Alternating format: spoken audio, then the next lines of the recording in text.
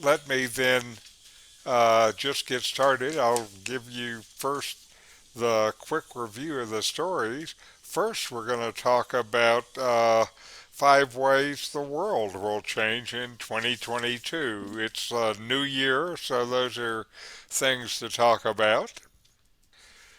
Then, for EVs and technology, I have a couple of stories that are related. One of them is the top 6 reasons to be happy about EVs in the US in 2022.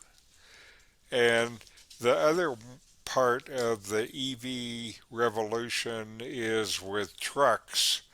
I don't know whether you call these ETs or, in the case of this autonomous truck, ATs, but that's something that is becoming a reality, and we'll have a report on one company that logs the first uh, no human driver of a Class 8 vehicle, a semi truck, on the open highways.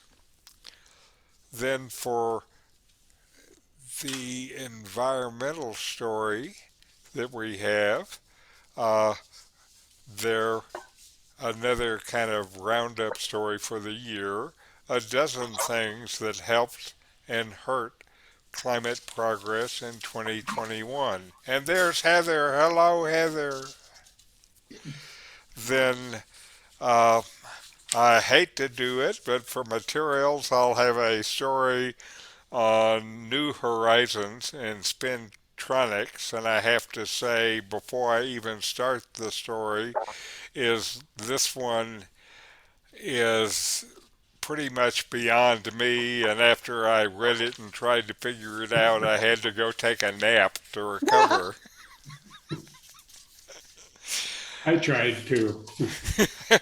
Then for space, there is, I think, a real positive story, I think, and that is due to the precision launch, the Webb telescope has enough fuel where it's going to last way more than 10 years.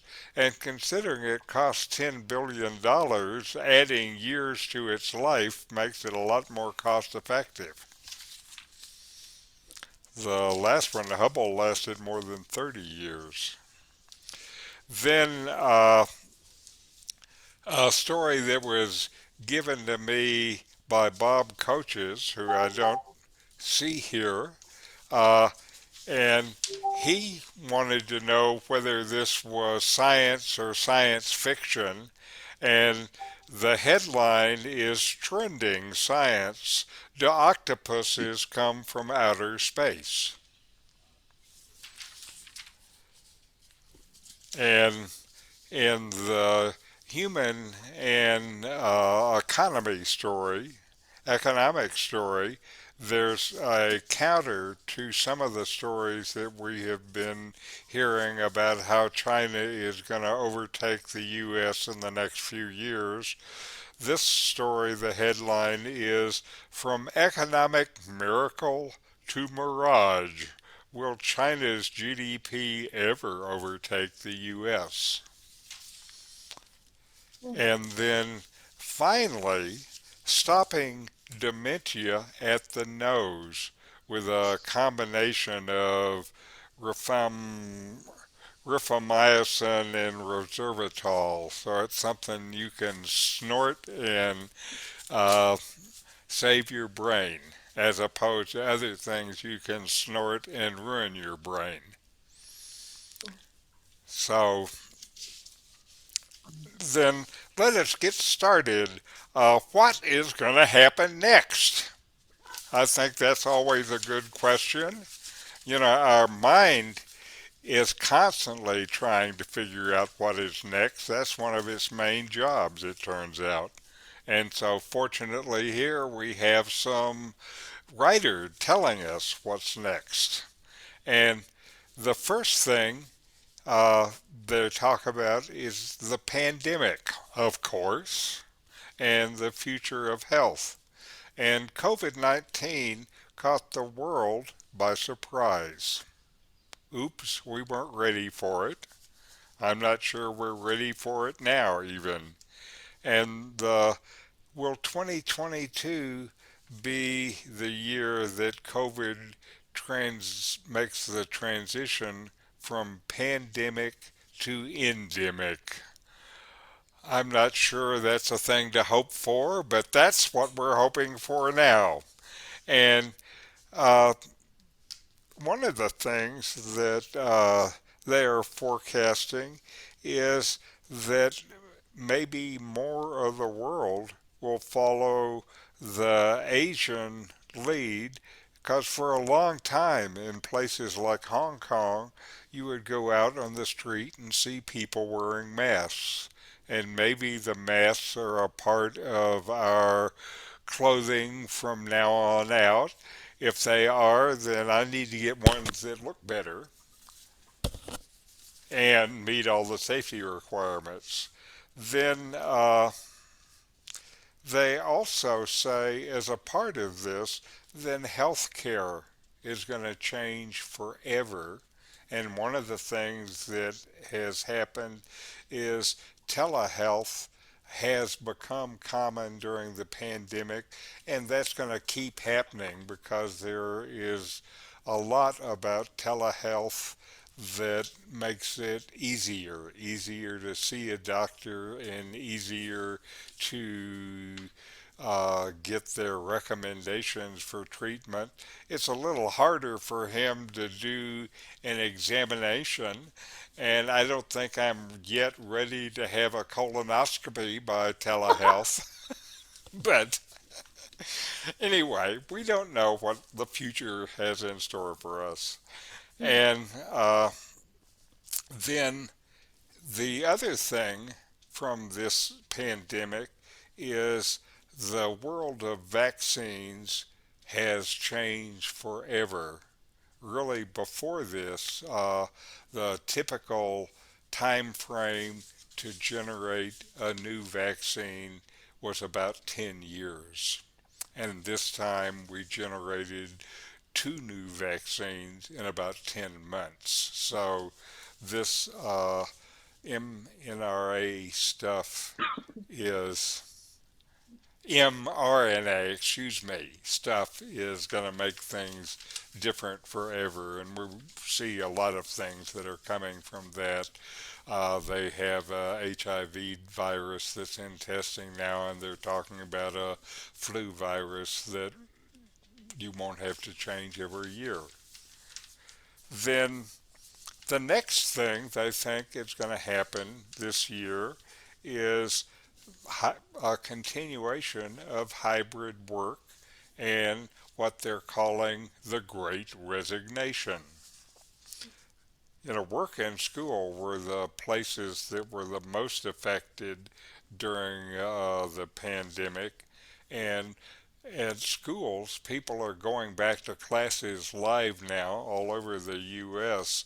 But in the workplace, though, there's been something funny happen, and that is a lot of people have decided that they prefer the change in work life balance that happened when they started to work from home. And because of that, these independent cusses that they are deciding that they want to keep doing it. And so that's changing forever.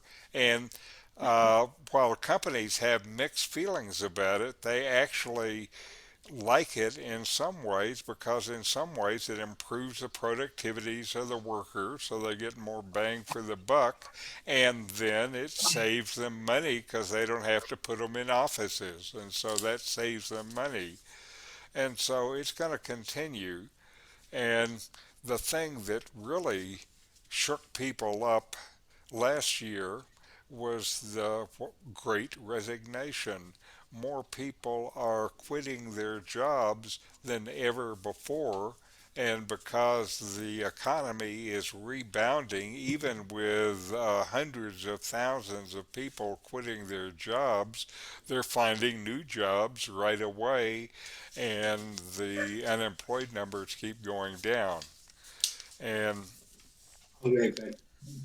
this is a kind of change that is going to change the workplace in America, I think, forever.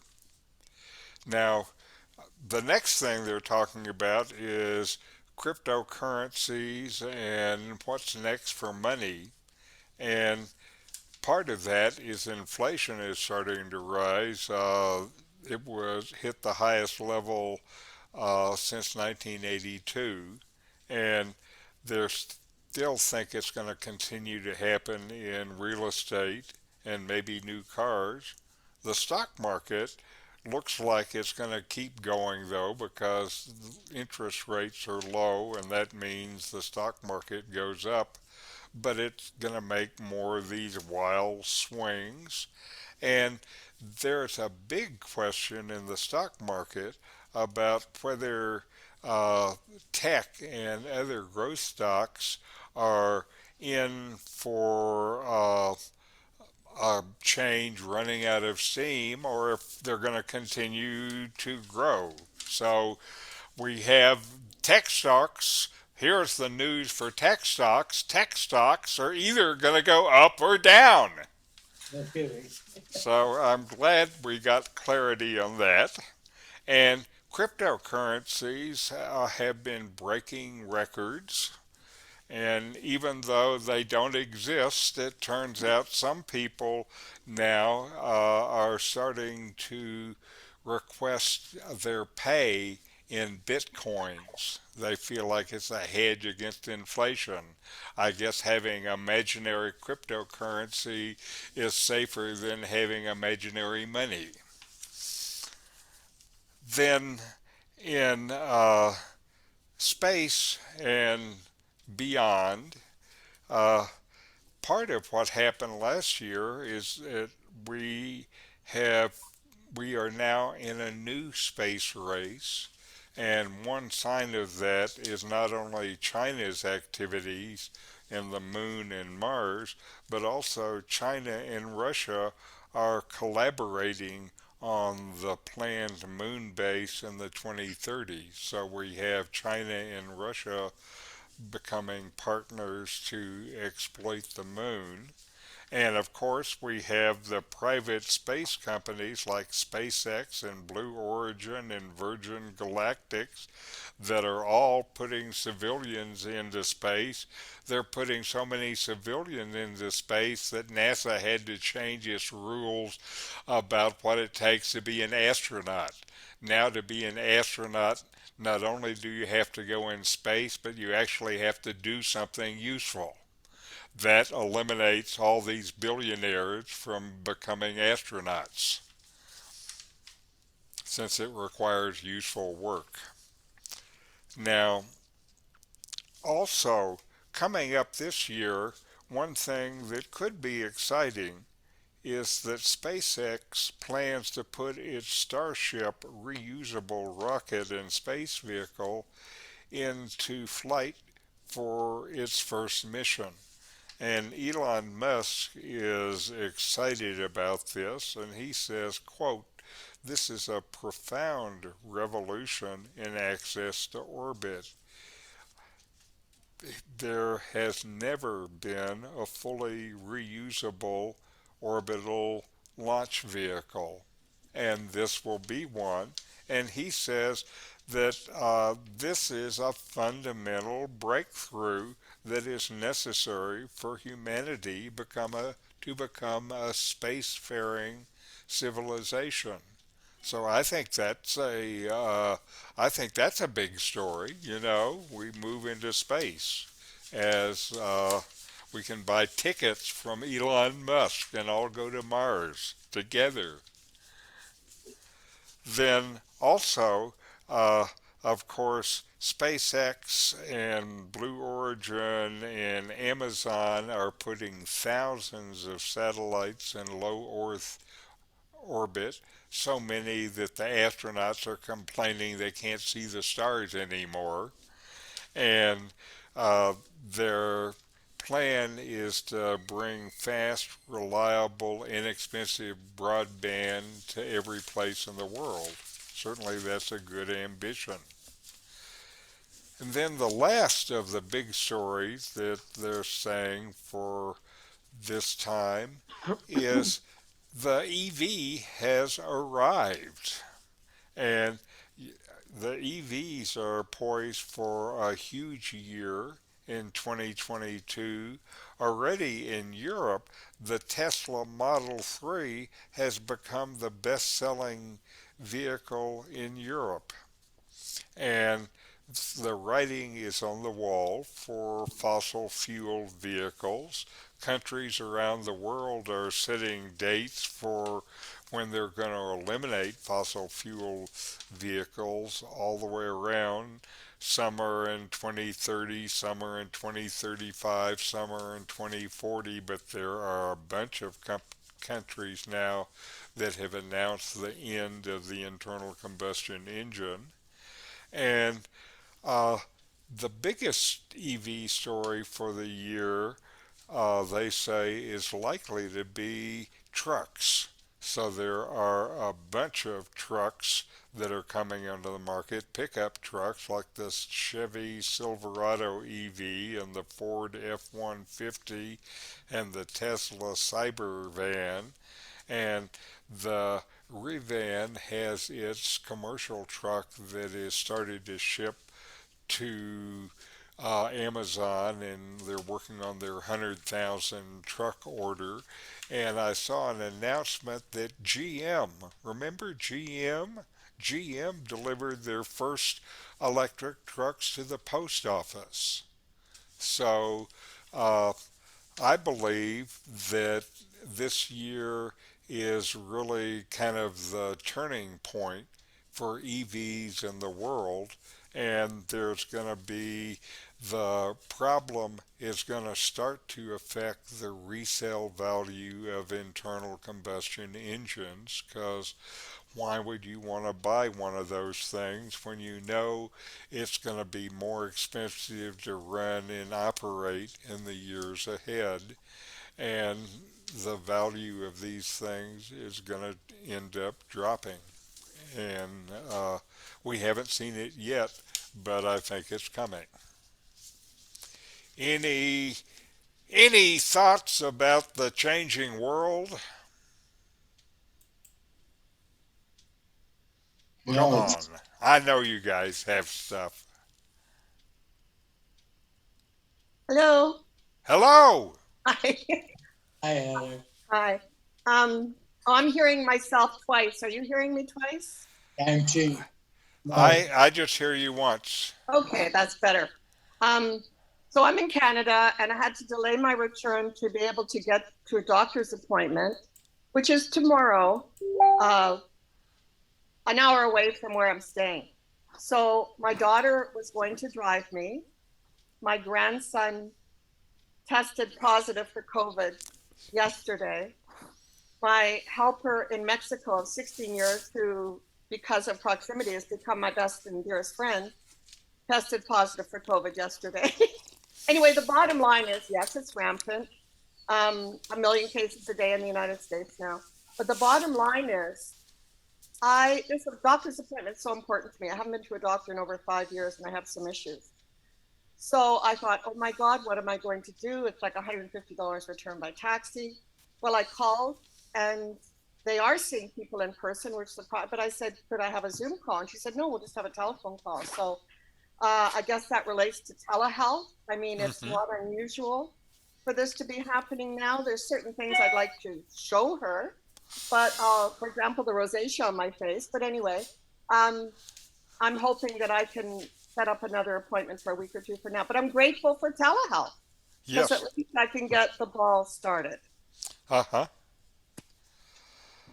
So you're seeing the impact from this in multiple different ways, one of which is around you, people are dropping like flies, and then uh, you are actually taking advantage of one of the changes that's happening, which is it's easier to get to a doctor without paying for a taxi ride and Yes, all of that yes, other stuff. yes.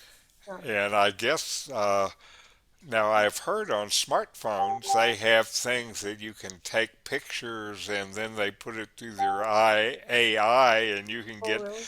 diagnosis that way if your doctor is any good. If I've heard about this, I would think Huh. he has too. Huh. Yeah, I'm going to try that. For example, this is really bothering me. These are not pimples, acne, folks. I'm 71 years old. It's Uh-huh. rosacea, which is taking over. So, and I Right. have other, that's a good idea. I will send some pictures. Yeah. Okay. Okay. Anything else or shall we continue? Let's go on. Okay, we're continuing. Now, the next is 6 reasons to be happy. That's what Heather said. Okay, so this, we're going to be happy about EVs now. Okay, and of course, Norman leads the charge on being happy with EVs. But the good news about EV, the first thing in the US, consumers are going to see a doubling of cars that are available from about 20 last year to about 40 this year, and these include models from the big automakers, so everybody is starting to get on board. Uh, they also say prices are coming down, and as that happens, it'll just speed up the change. In 2021 in the US, 3% of new car sales were EVs, and basically they're forecasting that's going to double in 2022, which is a part of this kind of exponential change that is coming. And last year, less than almost 500,000 EVs were sold in the US, and by 2025, which is not so far away right now, they say that more than 2 million EVs are forecast to be sold. So the US sales are going to double once and then double again by 2025. So that's a big change in the marketplace, and it's driven by the cost of batteries. The price of a kilowatt hour of battery usage 10 years ago was $1,000, and now it's $100, and it's still continuing to drop. And so now it's cheaper to buy an EV and run it than it is to buy an internal combustion engine and continue to feed it with gas and pay for the repairs. EVs do take energy, but still EV charging is cheap compared to the cost of gasoline. So, uh, and EVs are still at the beginning of a new technology, and there's a lot that they are going to be able to do with that technology to make it cheaper. And the gas engine cars can't follow it because they're inherently more expensive with more moving parts. And Morgan Stanley believes, in fact, that EVs are just at the beginning of the cost curve, and they say they forecast in the not too distant future that prices will fall to maybe $3,000 or $5,000 US for your next new in town EV car. So at that rate, they become much more uh, Affordable. available and cheaper. Affordable is the word. That's right. Affordable even for people like me on Social Security. So that is very hopeful. And then with this infrastructure act that was passed, part of it is they're going to build 500,000 charging stations across the country, so it'll be easy to make distance trip, not just use them in town. And uh, One other thing about this EV change is that not only do we avoid the release of billions of tons of CO2 into the atmosphere, poisoning the planet for our grandchildren, but also another component of this gasoline combustion engine is particulate matter. And they've learned a lot more about particulate matter. And they say in the US, particulate matter is killing thousands of people every year. I've heard numbers that are actually a lot higher than that.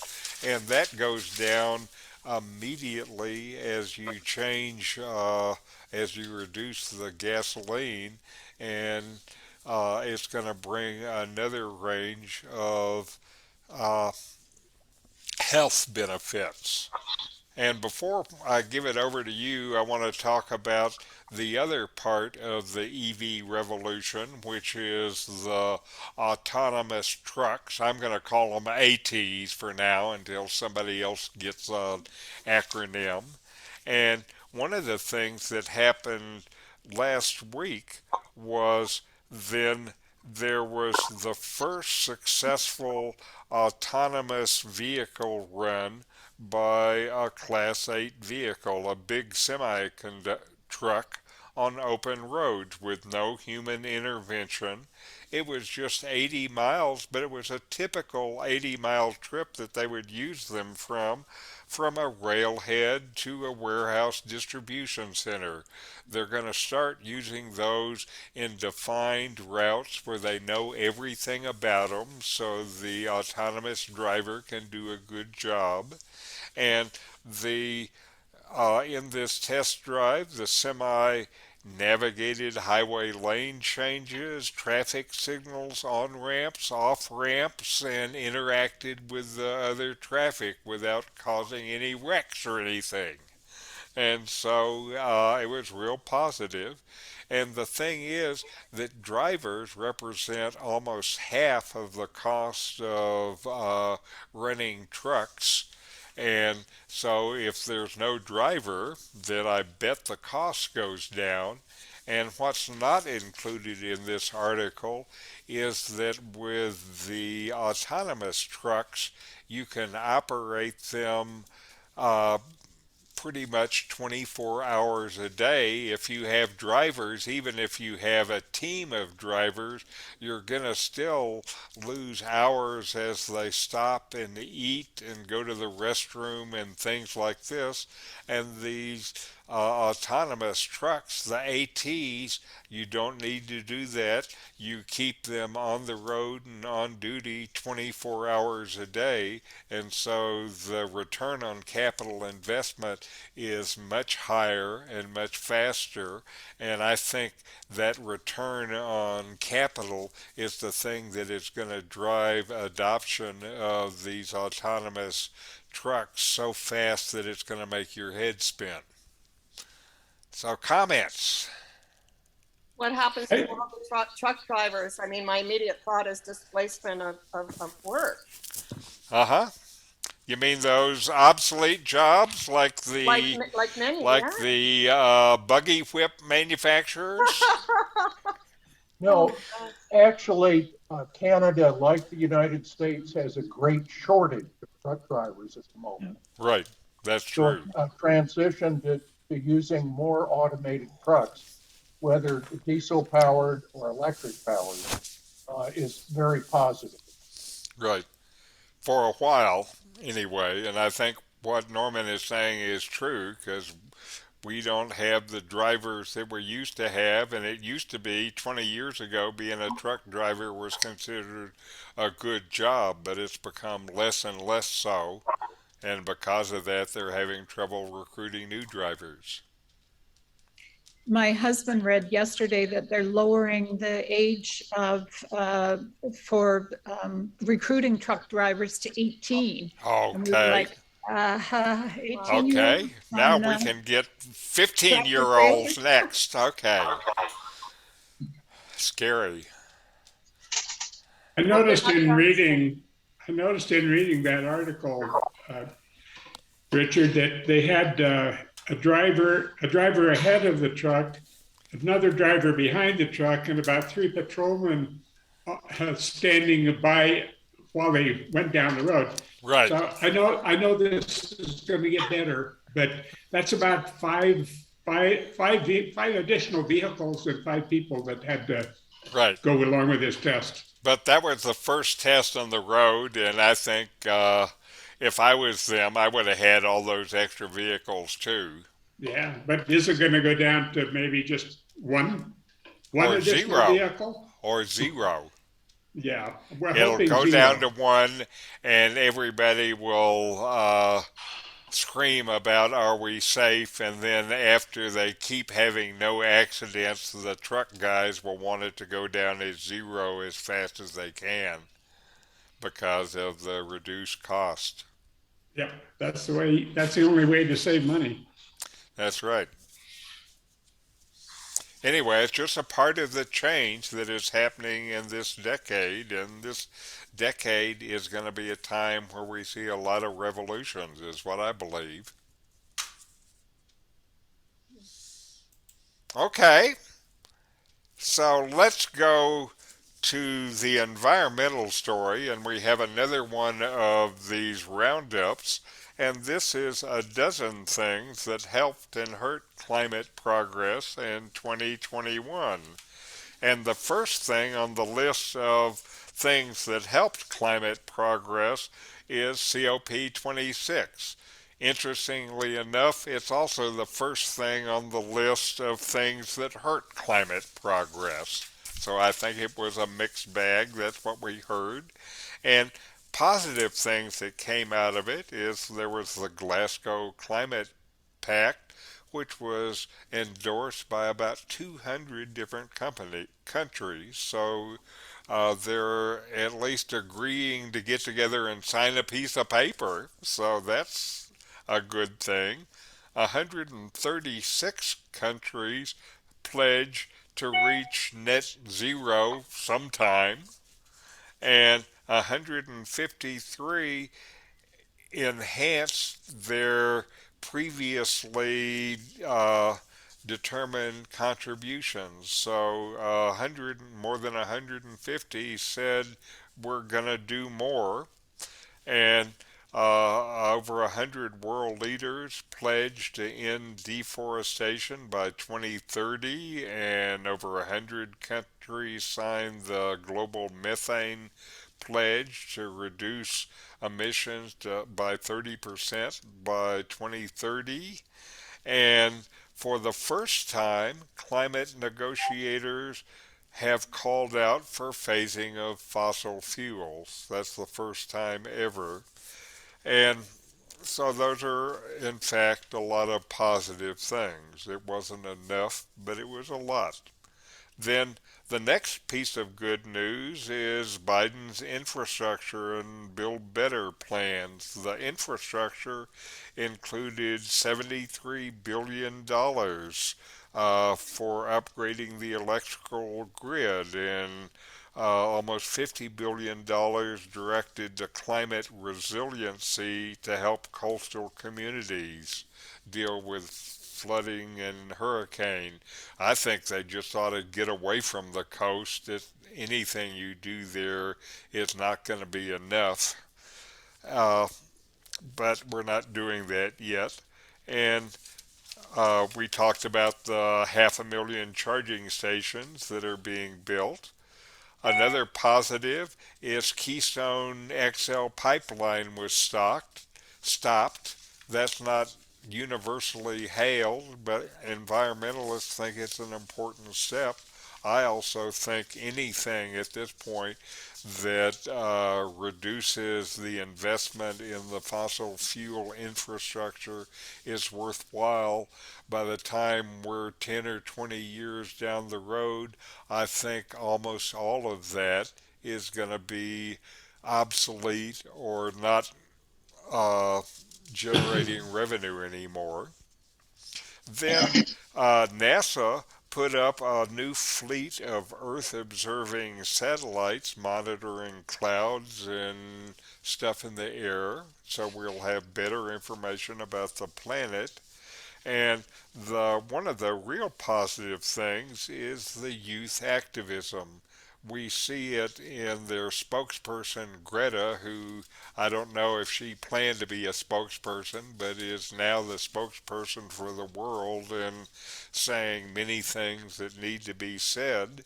And about 60% of people under 25 say that they're extremely concerned about climate change. And I would say, of course they are. They're the generation that this is going to affect the most. Then another thing that the writer thought was significant is Columbia University started a new college. It's their Columbia Climate School, and it's the first new school to be established at that university in 25 years. And it shows how interest in this area and the problems of this area are expanding in academia.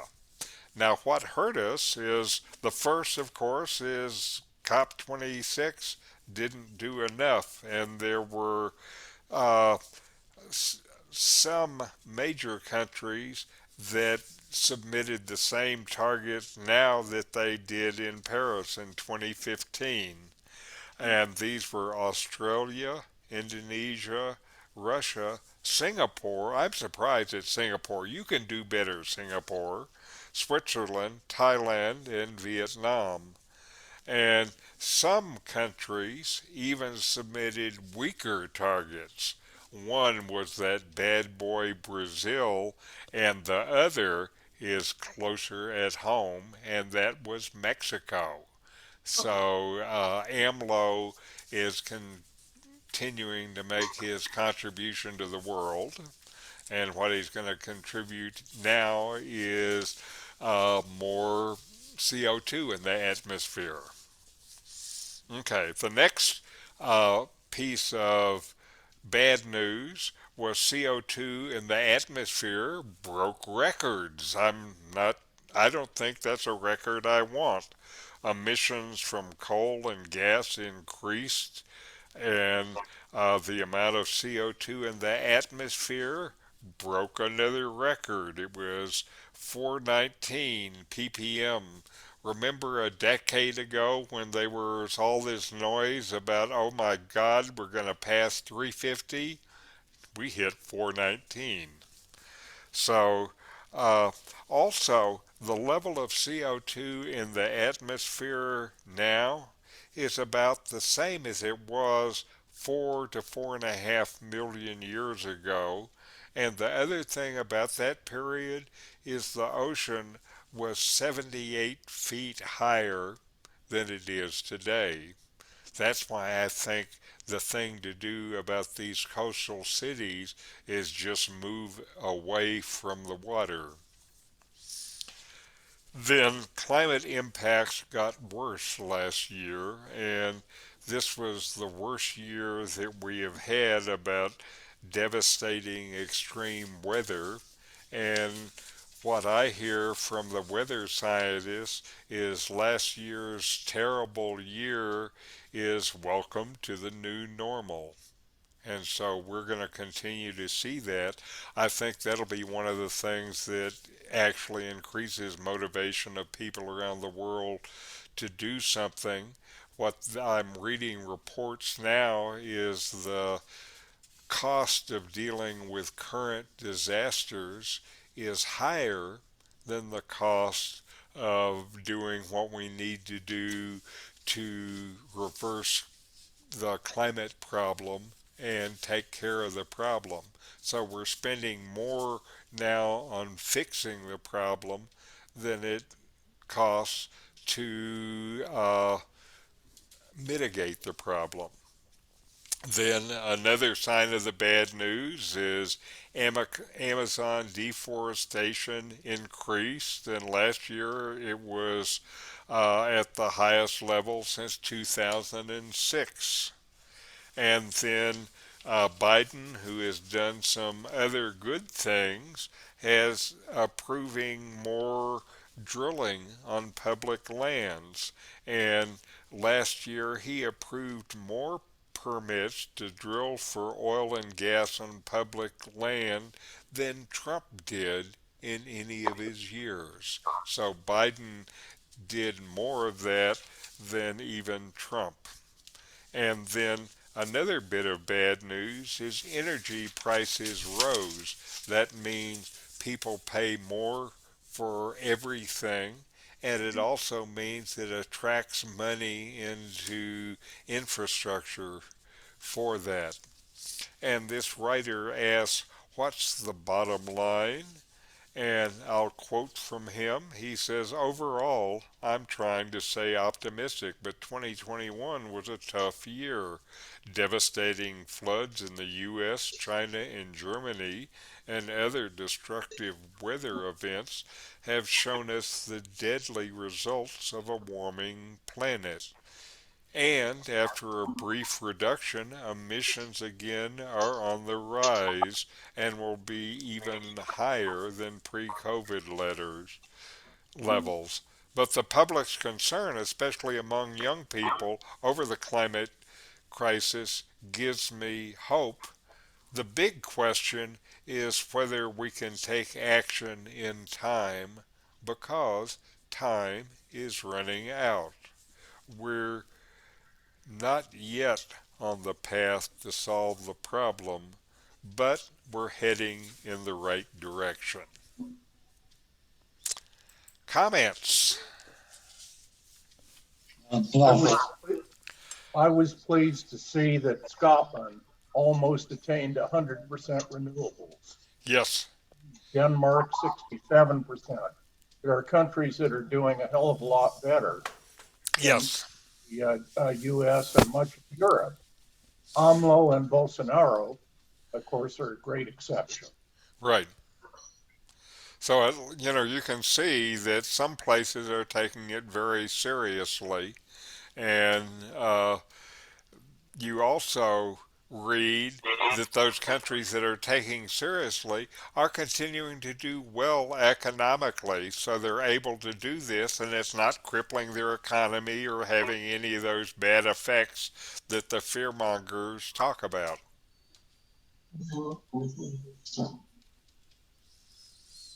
Okay, let me keep going. We're uh, running out of time, and next, I'm going to talk about our favorite subject, which is New Horizons and Spintronics. And just to give you a little background, electrons possess an intrinsic angular momentum known as the spin quantum number, and they're finding ways to take advantage of this as spintronics, and they're taking advantage of it for things like doing calculations and storing data.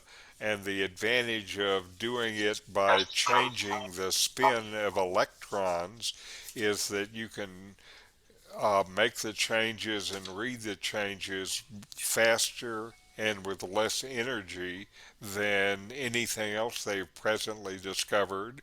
And fast and low energy is what the computing environment wants.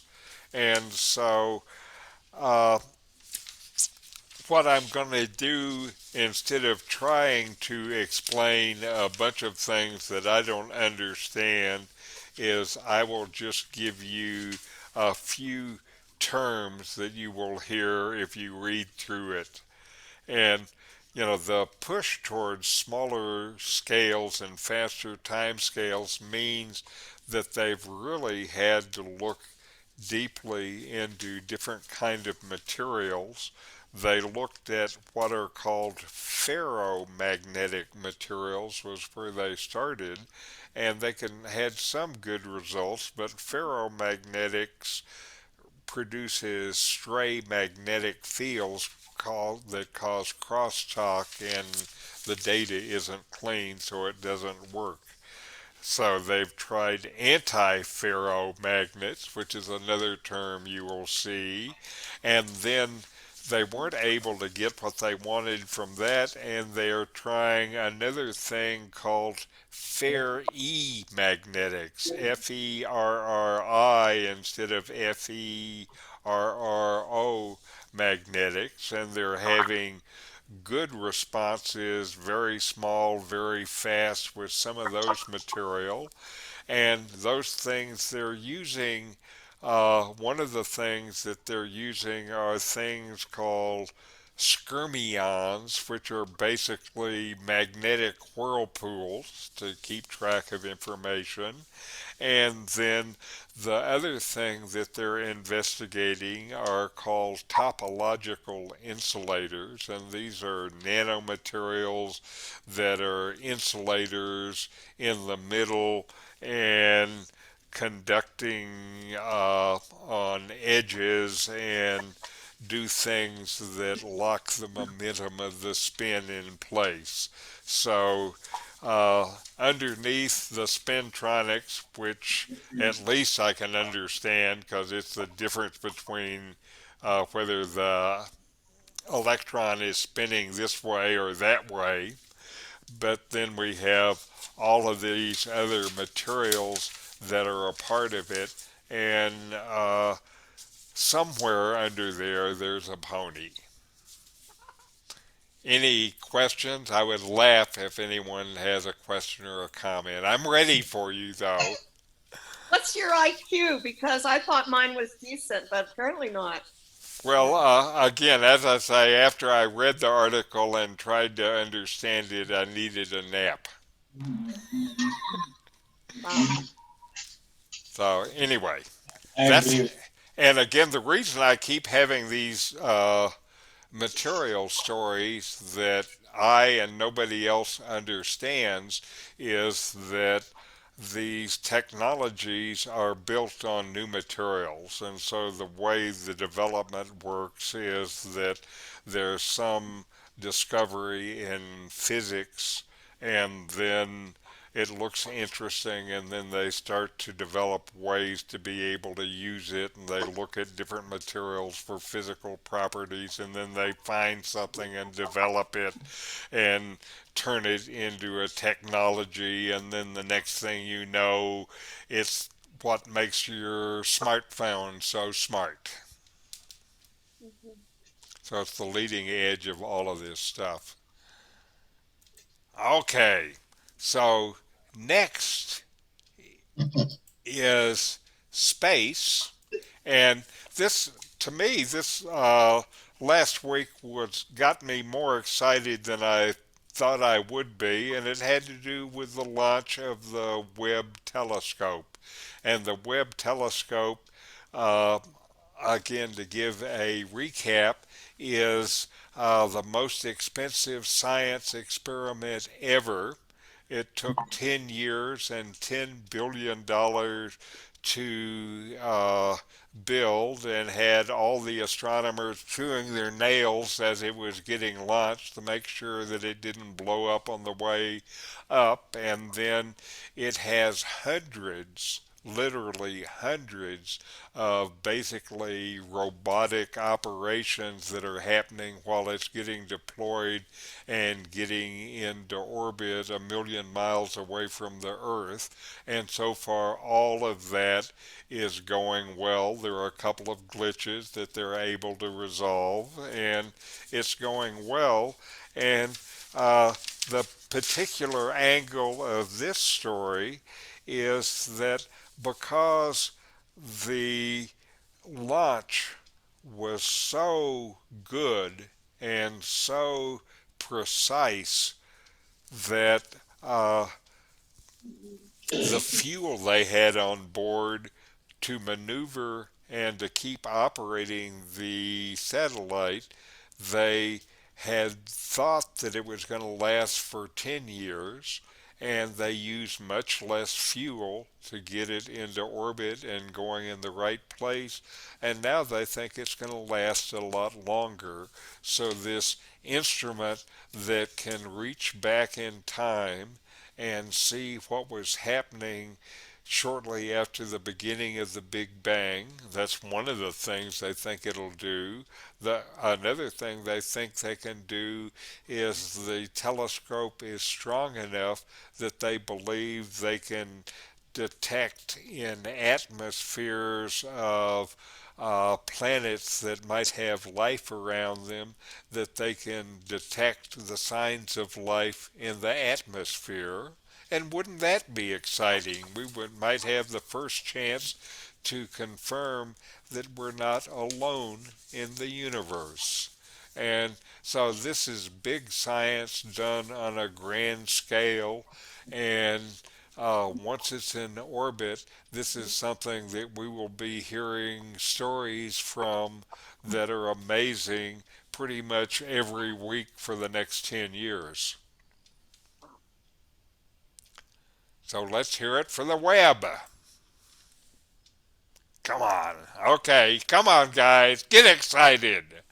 It's amazing. It's to be able to go back and see what happened just after the Big Bang. I mean, Yes. Yes. I wonder if anybody, what they expect to find in terms of life. You mean something like what we're like, or Uh, whatever. well, I don't know. Maybe they could find life on this planet by detecting all the pollution in the air. Yeah, I don't know how they're going to do it, but what I do know is a bunch of these scientists are clever, tricky guys. Folks, they're not all guys. They used to be guys, but now it's androgynous human beings. well, it's exciting. Yes. And it was funny. I didn't before this happened, I didn't feel any of the rising of excitement. But as it happened and I started to really understand what it was doing, I was more excited about this than I've been of any space thing that's happened for years. Yeah.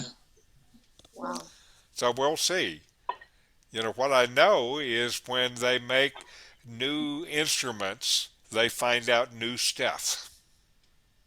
And that's an exciting prospect for me. Okay, so let's go along. The next story is another maybe space story, and the question is, do octopuses come from outer space? And this is kind of a, I didn't expect this question this week, but this is what we got. And the basis of this is a recent scientific paper that claimed that these smart undersea animals are actually aliens brought to Earth by meteors. And so uh, something funny happened on Earth about 540 million years ago, and as the result of it, at the end, then we had these ancestors to octopus, and the thing is that when they developed, there was we know what the ancestors to the octopuses are, and there was some gene transfer that happened to that ancestor that turned into the ancestor of the octopus that is not found on any other species on the planet. And I think that's why they speculate about extraterrestrial roots. And they cannot find this gene in any pre existing life form. And so maybe we borrowed it from the cosmos. And there are two different possibilities that they talk about. One is maybe some snowy meteor got to Earth and infected Earth with some extraterrestrial critters, but the other is that and this is one they have some other evidence for happening in other ways, that an extraterrestrial virus infected a population of early ancestors and caused them to evolve into the octopuses that we know now. Things that were unique at the octopus at that time is all of a sudden it has a large brain and sophisticated nervous system. It has eyes that are like cameras and flexible bodies and instantaneous camouflage, and they can do a bunch of things that other critters on the planet can't do. And so the writer says an extraterrestrial virus may have infected a population, and that's why we had these sudden changes. Now, it might surprise you about this, but scientists have been quick to refute these claims, and they say many claims in this paper are beyond speculative and not really looking at the literature. And other people say they cannot be taken seriously. But still, we have these octopuses that are amazing creatures, and no explanation for them, and we can't find an ancestor that they would have developed these traits from. And where did it come from? Where do you think? What do you think about extraterrestrial octopi? I think it's fascinating. My first thought when you first said it was, "Oh my God, this is so ridiculous."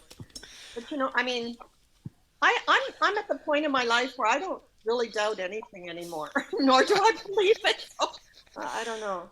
I don't know, as a reporter. Come on. No, No, okay. Okay.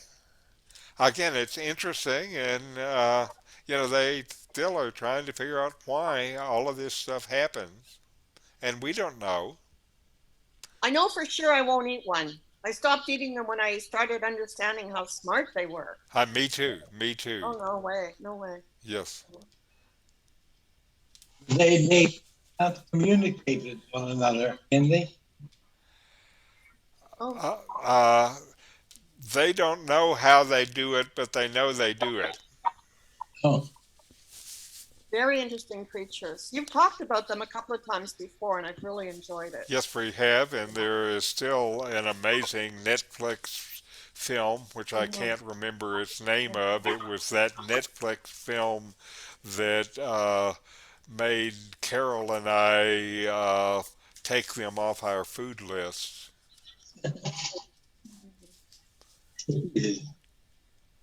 Okay.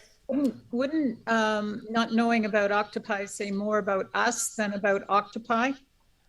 Meaning, just because we don't know where they originated doesn't mean to say that it doesn't have a purely scientific origin. Sure, The of other thing course. to say is mitochondria in human cells are thought to be ancient bacteria. Right. So, And, there's a lot about ancient bacteria, ancient viruses, things like this that we're just starting to understand. One of the things that they're sure of is that there are a lot of early genetic changes in bacteria that were brought about by viruses. Then there is another class of ancient critters called archaea, and they actually do horizontal green gene transfer to each other, and so your neighbor gets the gene, you don't have to wait for your kid. So there's all of this mixing up of the genes that was happening in that period, and we're just starting to get some idea. yeah, in bacteria, they call it plasmids, Uh-huh. where it's a piece of DNA that they're exchanging with each other. That's why antibiotic resistant can Right. transfer so quickly. Yes. Yes. Thank you. I always appreciate it when somebody who knows more than me about it speaks up. Okay, so let us proceed. The uh, next story I have is a follow up to all of the stories I've had before about how China is going to take over the world economically and eclipse the USA by 2030, is what they are saying. And it turns out that it may not be so fast, and there are issues of governance, rising debt, COVID, and property market turmoil, and things like that, that they say will delay China's rising. Now, the Chinese Communist Party says, quote, the East is rising, the West is declining. And many outside of China thinks that it's inevitable that China is gonna become a modern socialist country and by 2035 be rich and powerful and dominant in the world. There is, though, this writer says, a critical flaw in their narrative, and that is they're going to fall into what is called the middle income trap. And this is where the development process in countries in relation to richer nations stall, and it's normally characterized by difficult economic adjustments and often unpredictable political changes. Now, China's growth has been remarkable. In the past 3 decades, China's GDP growth doubled to more than 13%, while American was cut in half to about 4.5%. That pushed China's GDP up from 5% of America 30 years ago to about two-thirds of it last year. So that's an amazing growth spurt. But this writer says China's growth spurt is now over, and one sign of that is this huge disparity in GDP growth versus the US is now eliminated. And now some people, like a Japanese think tank, has recently extended the date when it expects China to overtake the US from 2029 to 2033, and deferrals like this are now a feature of the economic analysis, and they'll be uh, more common in the years ahead. Now, examples of this happening uh, were both the Soviet Union and Japan. They both followed a similar development model as they have in China now, that featured high savings, high investments, and eventually high debts. And these development models ended up taking spectacular growth and turned it into chronic failures of institutions and governments and their economy. Uh, and China is the 21st century version of this phenomena. Its investment rate is higher than it was in the peak of both Russia and Japan, and this high investment rate is strongly associated with a misallocation and inefficiency of capital and widespread debt servicing problems. And so they say because of that, you're going to see a protracted slowing in the growth in China, and it's going to be exacerbated by over indebtedness. An example of that now is what happened to China's real estate giant, the development giant Evergrande, which you may have heard about how it's gone from the biggest real estate company in the world to disaster. And that's because the things that it was investing in, Chinese real estate, the market stopped growing and is start retracting. And one of the reasons that the real estate market is getting smaller in China is the first time buyers, that group is becoming smaller, not bigger, because of the changes in birth rates in China. And real estate prices, because of that, are starting to decline. And companies like Evergrande base their model on a perpetually growing real estate market, and when it doesn't keep growing, disaster happens, like you saw there. And so also China's economic structure is unbalanced.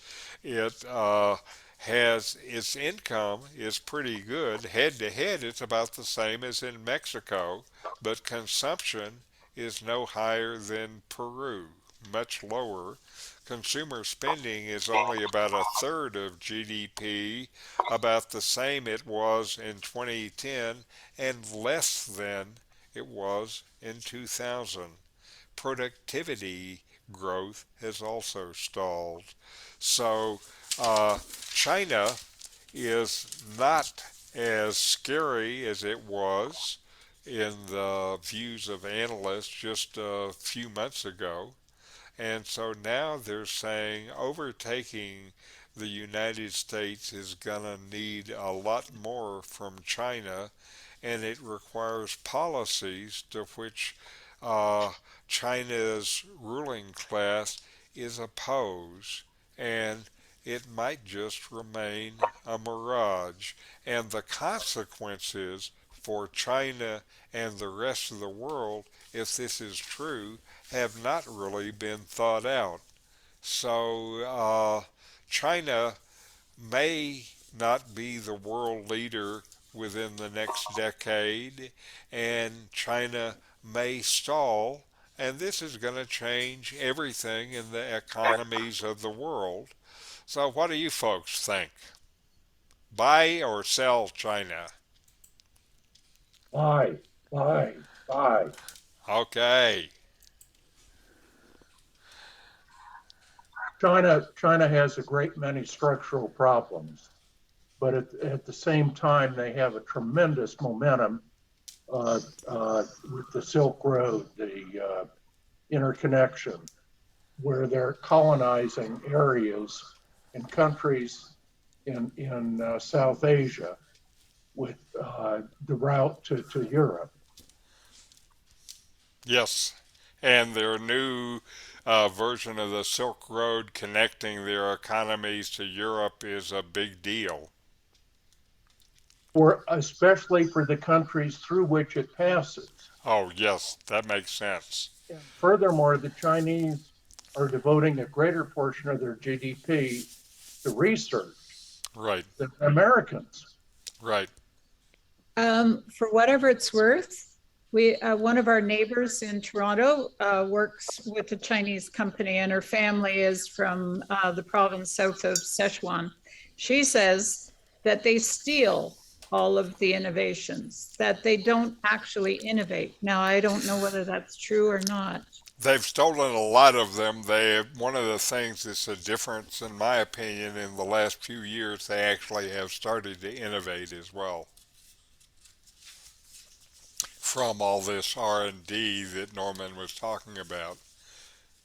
On the subject of Evergrande, it was pretty spectacular watching them demolish three huge buildings that they had put up, which were unoccupied.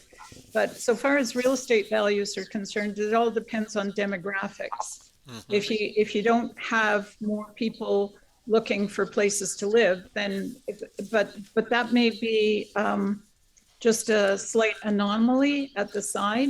Now, China has had real problems with their birth rate, and their birth rate has not uh, generating enough people to do the jobs and run their economy in the future, and that's kind of a known problem.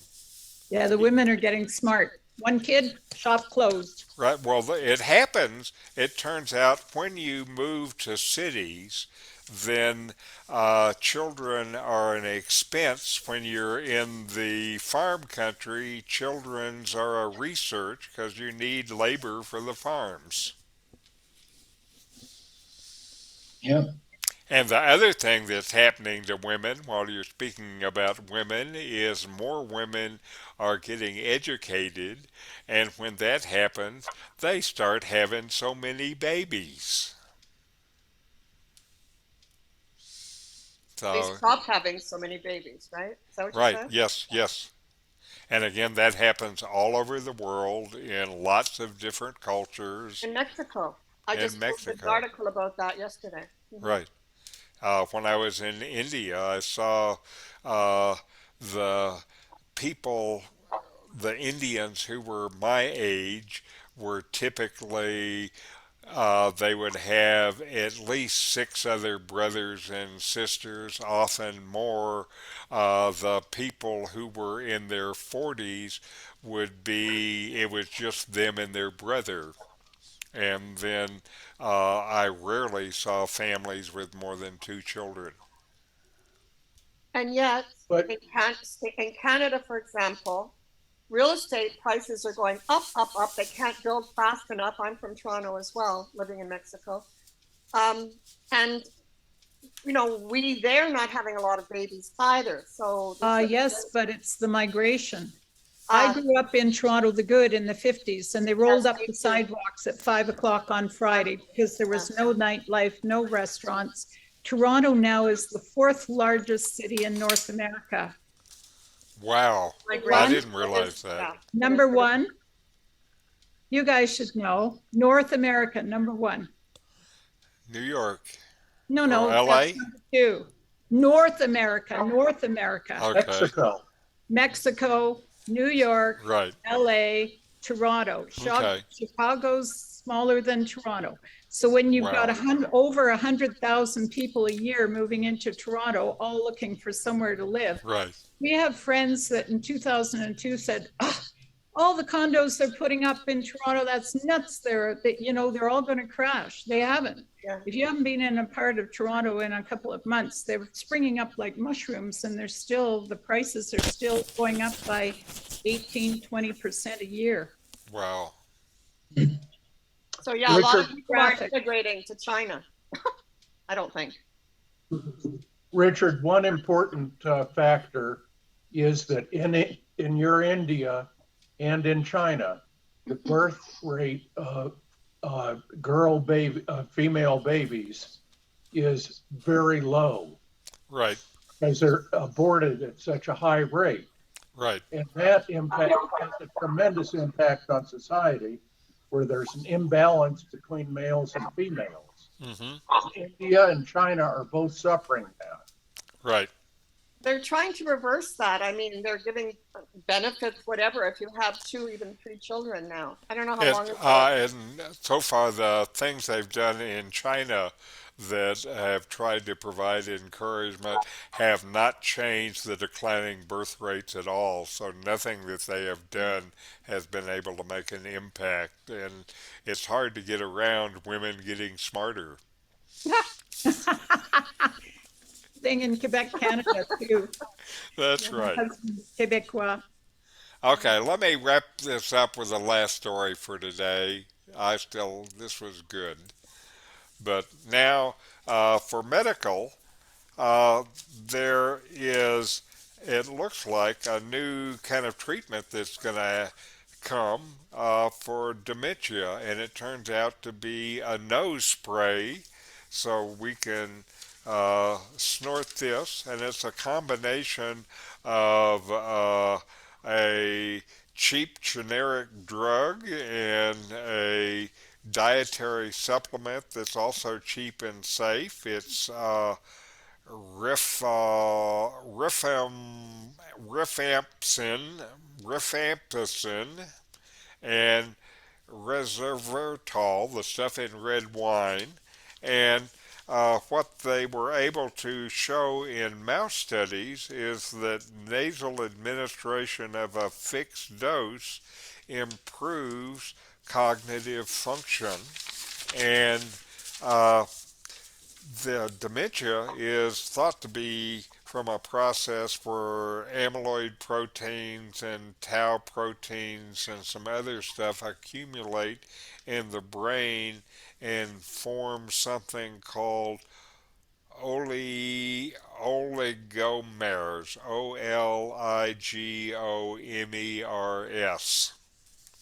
And I don't know how to pronounce them, but they're bad.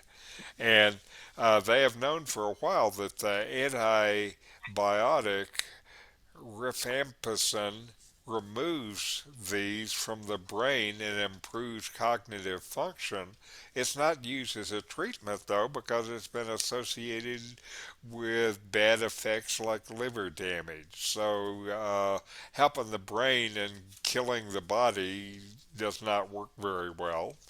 And uh, what they thought that they could do is use this res, resveratrol, which is a naturally occurring antibiotic. It's what's one of the good things about red wine to combat the negative side effects. And it turns out that the idea the scientists had uh, works very effectively, and they administered a fixed dose of a combination of these two 5 days a week intranasally for 4 weeks, and the results showed uh, the combination significantly improved the cognitive function for mice and inhibited the accumulation of those bad proteins and restored levels in the brains. And the results indicate that this fixed dose combination is superior to either of those two things alone for both safety and efficacy. The amount of the antibiotic that they're using is about 1/100th of the amount that is presently used when you use it as as an antibiotic. So it's a very low dose, and I think the manufacturer, the anticipated manufacturer of the nasal spray, is trying to make sure that we don't just start using it, because the article talks very much about the need for this fixed dose combination, and I think they're just setting it up so that when they have the product released to the market, you're going to go buy it from them. Anyway, it's the most promising thing that I have heard about dementia for some time, and that is a particular issue that affects us in the community of elders in which we live, and I'm encouraged by any of the developments there. How about you? Me too. Sounds good.